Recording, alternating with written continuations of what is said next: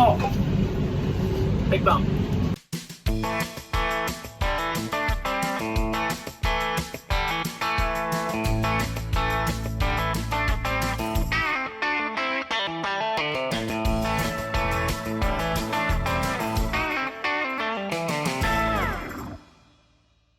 We have hay down, and it is a chance of rain. And the bad thing is, the hay that we have down is sorghum Sudan grass, which takes the longest to dry of any hay that we raise here at Peterson Farm. I wasn't really sure that it was going to be dry, but my dad, he wanted to get the second baler out and get going on this field. Nathan was working on some millet hay, and millet dries faster than sorghum Sudan. They were put down only 1 day's difference. Let me show you this hay. So here it is in the windrow, and it feels dry because the leaves are dry, but you really got to check the stems. So I cracked open some stems, and they were actually pretty shredded nicely in a way that they were crimped. You can see each one of these is kind of crimped in half, and you can see there that the stems, the sun, you know, and the heat has actually been able to get to the center of that stem. So it's drier, much drier than what I thought it was going to be. So we're going to go ahead and the plan was actually to bale this field without raking it, but I'm going to rake a little bit ahead of my dad and the baler so that it dries out, it fluffs it up a little bit. All three of our haying tractors all have a loader, and they can run either the swather, the rake, or the baler, or one of the two balers, and move bales off, and so it's nice to be interchangeable with all that. All right, two balers over there, my baler here, and the rake tractor somewhere.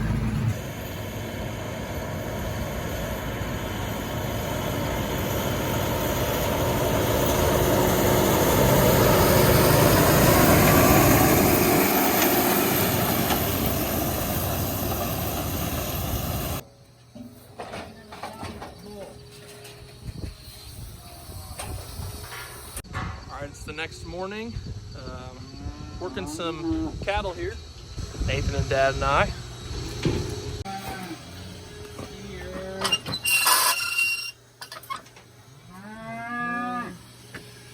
Effort.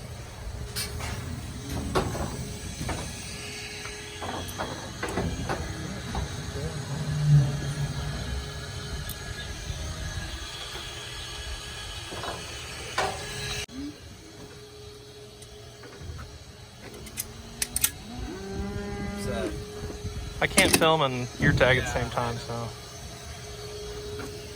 All right, I got it. Just for this one.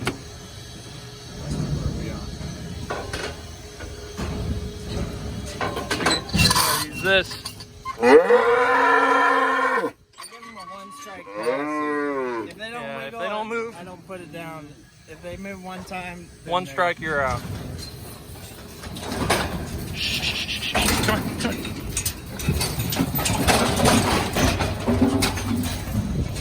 Here. Hey, hey, hey.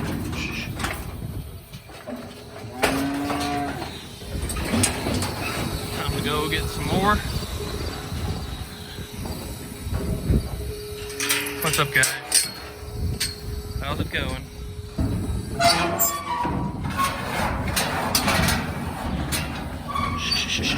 Hey, hey. Give me some room.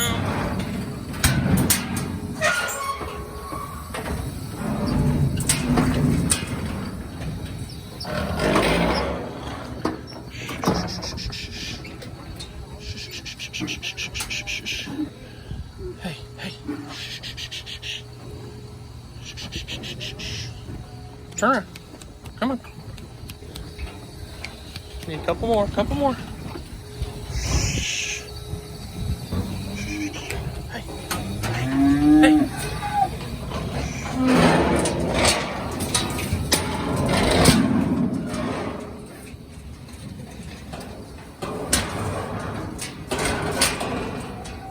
Okay, I'm on trailer number 2. Can you see it? Maybe? Yeah, trailer number 2 of hauling millet to Bales home. Well, this field's sorghum Sudan. and the other field's millet. But I pretty much just call them all millet because it's way less syllables than sorghum sedan. So anyways, loaded a load before lunch, got it unloaded, ate lunch, I'm back out here. I did want to show you guys, why do we cut the sorghum sedan off at 8 inches above the ground? Well, we do it because you can see all these plants. This is the same plant. It was cut off, popping up another shoot. This plant, cut off, growing another shoot right there. All the way, almost all these plants already have got another shoot up in, 8-10 days. And we're gonna come back and graze this. As long as there's not high nitrates. I'm sure people would warn me about that. But anyways, we got about 2.5, pushing 3 bales per acre. And we could have gotten more bales per acre if we'd have swathed it lower, but that very bottom stem is a little lower quality than the top leaves anyways. And we're gonna get a lot more grazing of the regrowth because we swathed it higher. All right, I'll show this rig full of bales in a little bit, but we got 4 spikes on the front and 4 spikes on the back. And this one was easy to hook on because we have that quick hitch on there that was on there for the mower conditioner. But that allows us to do 4 bales at a time, which I generally just do 2 bales at a time if I'm going to the trailer because I have the trailer parked pretty close. But I'm definitely gonna do 4 bales and when we're moving stuff off just to the side of the field, and it makes it so much faster. Okay, we got 2 on the front, 2 on the back. That's why we got big loaders instead of just small ones that can only move 1 bale.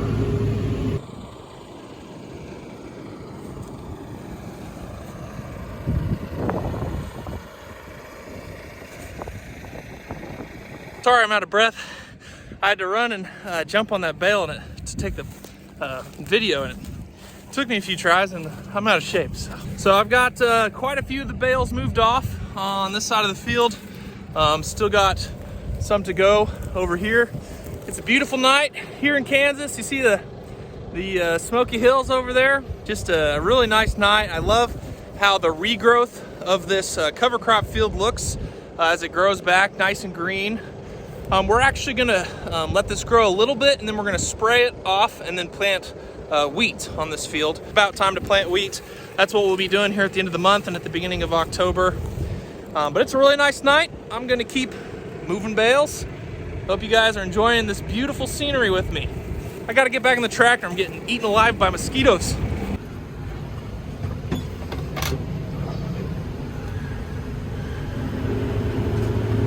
So we're able to take 4 bales off at a time. And so it really goes pretty fast. I didn't get over here till about 5 p.m. or so, and I've got quite a bit of the field done already.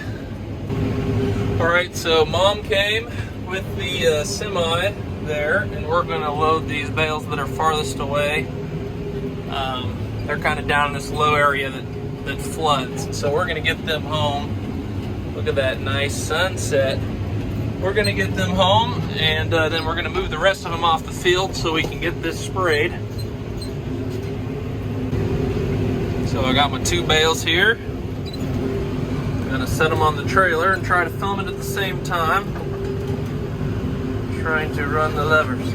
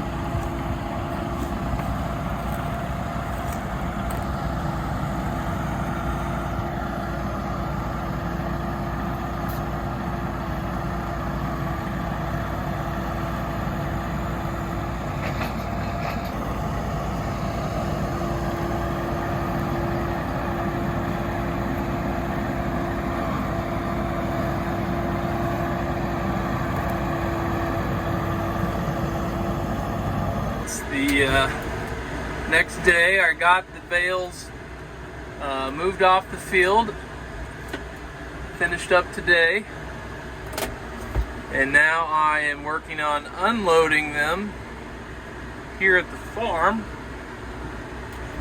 Got our bale storage out north of the place here, right by one of these cattle pens, and these cattle, they've just been watching me, drooling a little bit. Like, why are you putting all this food right by us to look at? Don't worry, you guys, you'll get some eventually. Well, you get some food twice a day over in your bunks. All right, we got all the bales unloaded. I'm gonna take this tractor back to Dad's feed wagon. This is his feed tractor. The M7's still out in the field, so I'm not sure if we'll get that tonight or if we'll go and get it tomorrow. But then I think I'm going to go out and switch off Kendall in the grain cart because it's time for him to feed. Him and Dad are going to feed cattle like they usually do, and then Nathan and I will keep combining corn.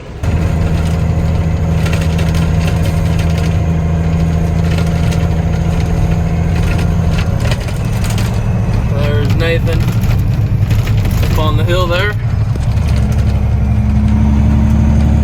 Milo's ripening. These were our pivot corners that we chopped. We've got that sprayed down.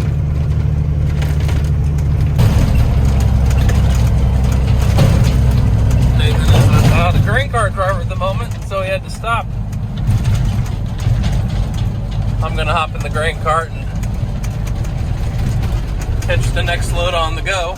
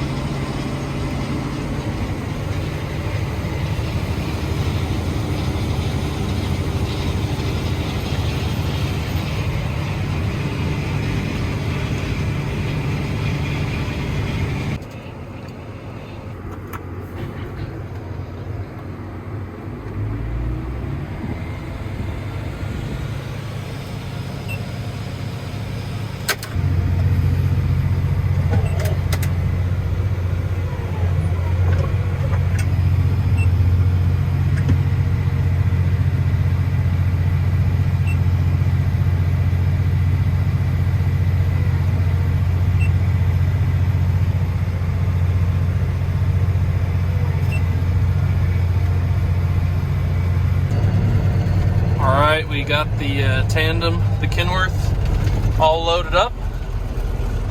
Taking it back to the farm here, just a mile away. This field just a mile away. We're putting it in the Sioux Steel bin.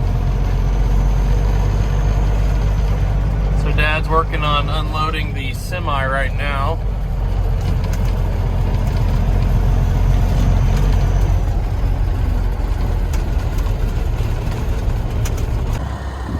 So he got it pretty much all cleaned out. He's over there finishing up his chores, and Kendall's working on his chores. So I'm gonna take this semi back out to the field.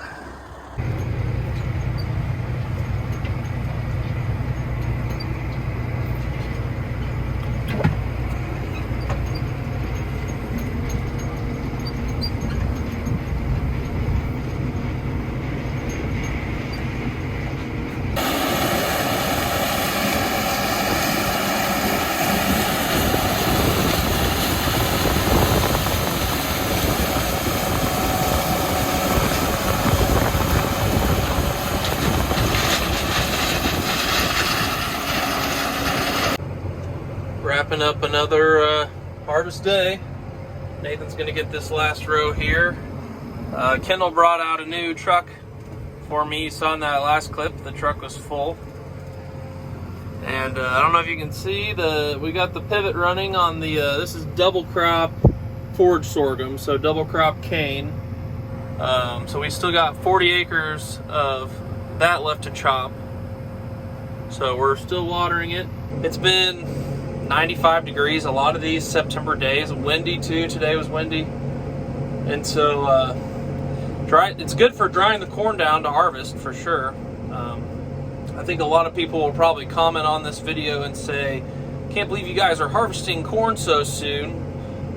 We pretty much always harvest corn in September, sometime during the month. So harvesting corn mid-September is not out of the ordinary.